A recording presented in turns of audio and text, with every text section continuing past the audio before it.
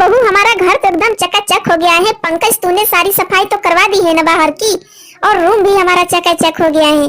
सारी रंगाई तो हो गई है ना हमारे घर की। अरे मम्मी जी, हमारे घर की सफाई तो बहुत अच्छे से हो गई है, और कितना अच्छा सुंदर सा घर लग रहा है हमारा। मतलब हमारी पुरानी घर एकदम नई सी हो गई है रंगाई पुताई से। हाँ हाँ, ये बात तो है। देख लेना कहीं कुछ छूटा तो नहीं है ना, रंगाई पुताई अच्छे से तो हो गई है ना। सब कुछ तो अच्छे से हो गई है मम्मी जी, सारी चीजें नई नई हो गई है। लेकिन घर के जो पुराने सामान है, हम सोचते हैं कि वो हटा करके नए नए सामान को एडजस्ट कर ले अपने घर में ला करके। ये बात तो बिल्कुल तुम सही बोल रही हो बहू, लेकिन ये तुम दोनों ही डिसाइड करो कि करना क्या है, क्योंकि अगर मैं कहूंगी तो बोलोगे कि पुराने जमाने की है, पुराने जमाने की बात करती हैं। इस वजह से तुम दोनों ही डिसाइड करो कि करना क्या है। अरे मम्मी, इन दोनों को डिसाइड करने दो ना कि करना क्या है। अगर हम दोनों बताएंगे ना तो ये हम लोगों पे गुस्सा करेगी कि हम लोग सामान को ऐसे रखते हैं वैसे रखते हैं। हमारा काम था घर का रंगवाना पुतवाना, बाहरी सफाई करवाना, सो हमने करवा दिया। अब घर के अंदर का काम ये दोनों ही डिसाइड करेगी। मम्मी जी, वैसे मैं बता रही थी कि सारा घर का सामान तो निकल निकल के जा चुका है, निकल के आ भी जाएगा, लेकिन सबसे जो पुरानी चीज है उसे तो आप हटाने का नाम ही नहीं ले रहे हो। अब कौन सी पुरानी चीज बच गई है रिया, जल्दी से बताओ। अरे सिया दीदी, सबसे पुरानी चीज तो हमारे घर का सोफा है, पुराना सोफा। इसको अगर हम नहीं हटाएंगे तो हमारा घर कितना बेकार लग रहा है ना। देखिए इस आलीशान घर में इस पुराने सोफे में कैसा हमारा घर लग रहा है।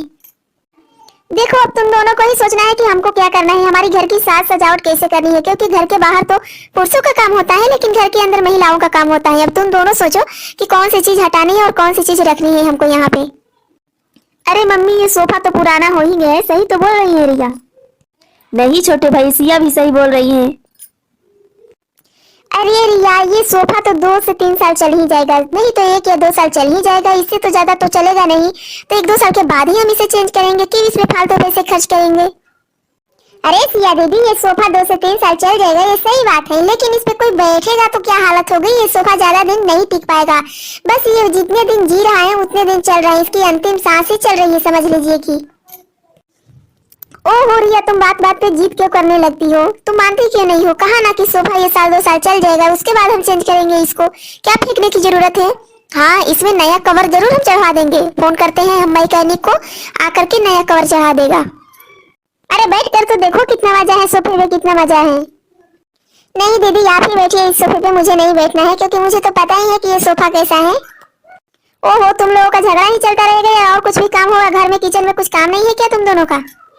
तुम लोग खाना बनाओ, तब तक मैं आराम कर लेता हूँ यहाँ पे। नहीं नहीं देवर जी, सोफे पर मत बैठे हैं, क्योंकि मुझे सोफे को कवर करवाना है, वहाँ पे मत बैठना। अरे भाभी, जब सोफा ये टूटा हुआ है तो इसकी मरम्मत कराने की क्या जरूरत है? इसे हम कबाड़ में फेंक देते हैं ना, नया ले लेंगे। नहीं देवर जी, अगर हमको नया कुछ लेना होगा तो हम टीवी लेंगे या फिर वॉशिंग मशीन लेंगे, ये नहीं लेंगे, सोफा नहीं लेंगे, ये तो बेफालतू खर्च का पैसा लगेगा। अरे भाभी, कैसा बेफालतू खर्च? ये नया सोफा तो लेना ही पड़ेगा, नहीं तो ये टूट जाएगा तो किसी काम का नहीं रहेगा हमारा आंगन। जब लेना होगा तब ले लेंगे ना। अरे रिया कहाँ हो? अरे सिया कहाँ हो? तुम दोनों में ढूंढते ढूंढते यहाँ तक आ गई तुम्हारे घर को देखने के लिए। वाह, घर तो कितना सुंदर बना के रखा हुआ है। अरे नीलम दीदी, आप कब आई? कब, कितने बजे आई? अभी आई या पहले से आकर के बैठी हुई है? अरे रिया सिया, मैं अभी आई हूँ। अच्छा अच्छा, तो दीदी आइए बैठिए, चलिए मैं आपको पानी वानी पीने को देती हूँ। अरे नहीं, मुझे पानी वानी नहीं पीना है, मैं पी करके आई हूँ। एक्चुअली क्या है ना कि मैं तुम्हारा घर देखने के लिए ही आई थी, क्योंकि बहुत सारे लोग गांव में भी बोल रहे थे कि बहुत अच्छा घर बना है तुम्हारा। अच्छे अच्छे सीमेंट ब्रांडेड कंपनी के लेकर के आते हो, वहाँ से सीमेंट पेंट लेकर के आते हो, प्लास्टिक पेंट लेकर के आते हो, इसी से तो तुम्हारा घर सुंदर लगता है। बस यही सब बातें सुन करके मैंने सोचा कि चलो तुमसे बात कर ही लेते हैं और तुम्हारा घर भी देख लेते हैं। अरे हाँ नीलम दीदी, इधर आकर के खड़े हो जाइए और चलिए हम आपको अपना रूम दिखाते हैं, क्योंकि यहाँ पे बैठिए मत, सीधे चलिए। लेकिन रिया क्या है ना कि यहाँ पे ये शीला जो है ना यहीं पे रहेगी। अरे ठीक है नीलम दीदी, छोड़ दीजिए ना सिया को, यहाँ पे सब लोग हैं ना देखने के लिए। अरे नहीं नहीं मामी, आप नहीं जानती हो, ये सब गोद में कोई नहीं खिलाता है, बस बैठा देता है, वहीं पे धूल मिट्टी खाता रहता है। ए रिया, अब क्या करें? नीलम दीदी तो आ गई है, सोफे पे बैठने भी वाली हैं, अब हम क्या कर सकते हैं? अरे दीदी तो बैठने दीजिए ना, कौन सा पहाड़ टूटने वाला है, बैठेगी तो बैठे, इससे हमारा क्या। सोफा टूटा हुआ है तो बोल नहीं देंगे क्या कि टूटा हुआ सोफा मिला हुआ था। क्या इतना बड़ा बड़ा अगर हम झूठ बोलेंगे तो पहचान में आएंगे कि नहीं?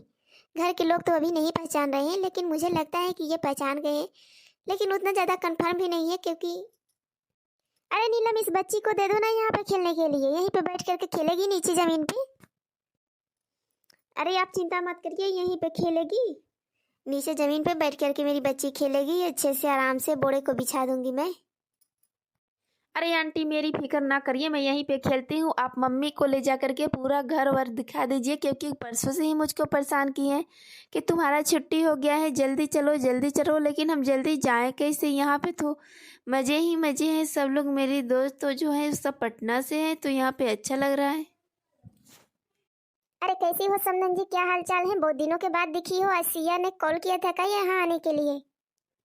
अरे नहीं नहीं समधन जी, नमस्ते नमस्ते। सिया ने कॉल नहीं किया था, मैंने ही सोचा कि चलो सिया के घर थोड़ा घूम करके आते हैं, क्योंकि हमारी बच्ची से मिलना भी बहुत ज़्यादा दिन हो गया था ना। शादी के बाद टाइम कहाँ मिलता है कि लड़कियों से जा करके मुलाकात करें हम लोग।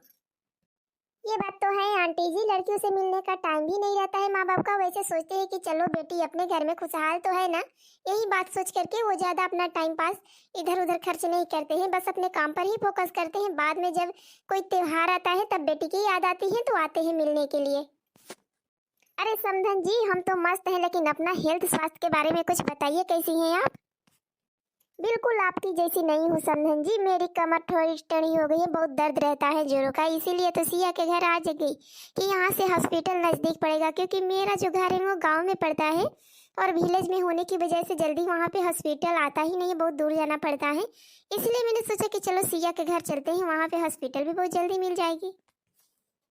बहुत बहुत अच्छा बात सोचा है समधन जी, बहुत अच्छा किया। यहाँ आकर के सिया भी आपकी मदद करेगी, आपकी सेवा सत्कार करेगी, तो इसका भी मन लगा रहेगा, क्योंकि इसके जो पेट में बेबी है, अगर वो काम करेगी तभी तो वो जल्दी से होगा ना, या फिर उस पेट में स्वस्थ रहेगा। बिल्कुल सही बोल रही है मम्मी जी। माँ अब एक काम करो, तुम आराम करो, मैं नाश्ता बनाती हूँ तुम्हारे लिए। आंटी जी आराम तो करना, मगर ये सोफे पे आराम मत करना, क्योंकि ये सोफा पहले से ही सड़ा गला है, देखने में नया जरूर लगता है, क्योंकि दीदी ने इसका कवर चेंज करवा दिया है। इसके अलावा ये सोफा उसी का है, पुराना जमाना का, और बहुत दिन का रखा हुआ सोफा है, शायद ये टूटा ही नहीं अब, लेकिन टूटने वाला है। रिया, मेरे समझ में एक बात नहीं आती कि तुम बार बार सोफे के पीछे क्यों पड़ जाती हो? अरे कहा ना कि सोफे में पैसा बेकार में खर्च होंगे। अरे नहीं नहीं सिया, रिया जो बोल रही है बिल्कुल सही बोल रही है बेटा। क्या है ना कि यहाँ आंगन में कोई भी आता है जाता है तो बैठने के लिए तो रेडी हो जाता है ना, लेकिन यहाँ पे कैसे बैठेगा? तू ही बता कि अगर यहाँ पे इतना सारा सामान फैला हुआ है तो वो बैठेगा कहाँ पर? हाँ आंटी जी, अब बिल्कुल सही बोल रही है। सिया दीदी को समझाइए ना, मैं कितनी बार समझा चुकी हूँ, लेकिन वो मेरी बात समझने को तैयार ही नहीं होती है। सिया, तू इस घर की बड़ी बहू है, अब जो बड़ी बहू करती है उसी के पीछे पीछे छोटी बहू भी उसका काम करती है। एक काम कर, तू अपना ये जो सोफा है ना पुराना वाला, इसको कबाड़ में बेच दे और यहाँ पे एक नया सोफा ला करके रेडी कर दे, ताकि सबको आसानी से यहाँ पे बैठने में आसानी महसूस हो सके। बिल्कुल माँ बिल्कुल, अब मैं भी अपनी गलती मान गई हूँ कि इस पुराने सोफे में कुछ नहीं रखा है, बल्कि हमारे पैसा भी इन्वेस्ट होता है और ये टूट ही जाता है, इस वजह से मैं इसे तुरंत चेंज करती हूँ। हाँ हाँ, अब जा करके सिया बहू को बुद्धि आई है, नहीं तो ये दरवाजा ही नहीं खोलती थी। अच्छा तुम दोनों अपना मुंह बंद करो और चलो यहाँ से चलते हैं, क्योंकि भाई साहब रूम का दरवाजा बंद कर देंगे। Thank you so much aunty दीदी को समझाने के लिए, क्योंकि सिया दी मेरे से समझ ही नहीं रही थी, आपने तो उनका हल चुटकियों में निकाल दिया।